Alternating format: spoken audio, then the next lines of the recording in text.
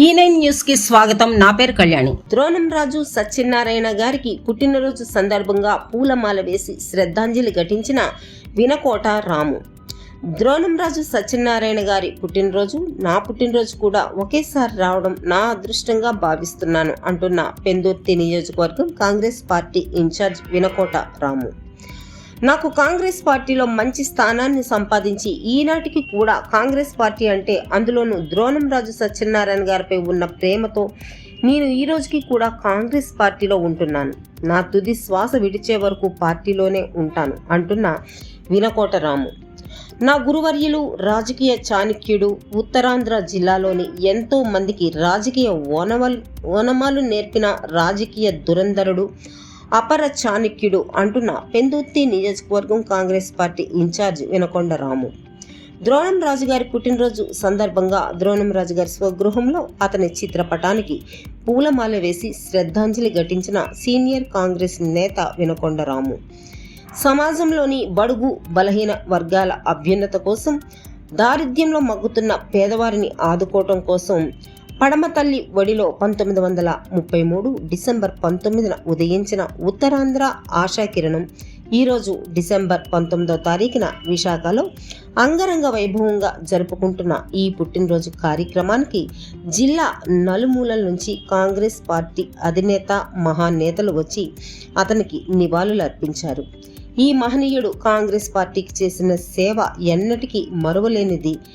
పలువురు కాంగ్రెస్ పార్టీ వ్యక్తులు తమ ఆశాభావాన్ని వ్యక్తం చేశారు.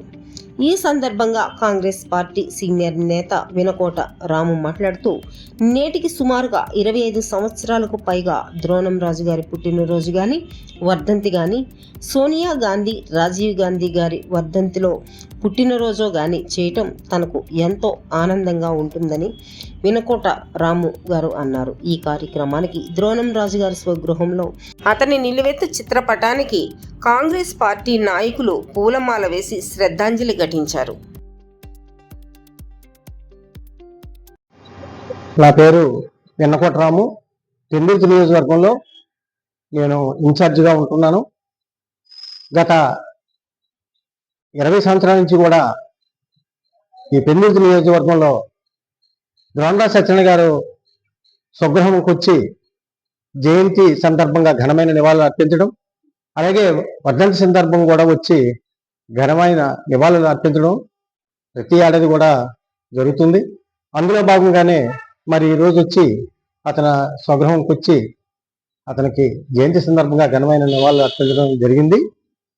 అతను గ్రామ సర్పంచ్ దుత్తాడ గ్రామం నుంచి ప్రారంభించి రాజకీయ ప్రస్థానం వెనక మరి తిరుగు లేకుండా ముకుటలేని మహారాజుగా అతను కార్యక్రమాలు చేశారు.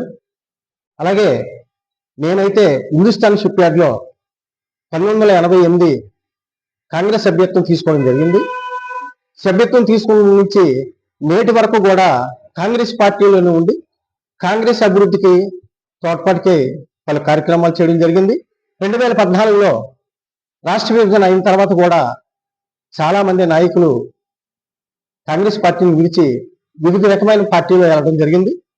నేనైతే మాత్రం ఈ కాంగ్రెస్ పార్టీలోనే ఉంటూ నేటి వరకు కూడా అభివృద్ధి కార్యక్రమాలు చూస్తున్నాను. నేను హిందుస్థాన్ షిప్ యార్డ్లో 3 పర్యాయాలు ఆఫీస్ బేరర్గా ఎలక్ట్ అయ్యాను. ఎలక్ట్ అయిన తర్వాత రిటైర్ అయ్యి ఈ పెందుర్తి నియోజకవర్గానికి వచ్చి ఇంచుమించుగా ఒక 15 సంవత్సరాలు అవుతుంది. ఈ 15 సంవత్సరాల నుంచి కూడా కాంగ్రెస్ పార్టీ అభివృద్ధికి అనేక కార్యక్రమాలు చేపట్టడం జరిగింది.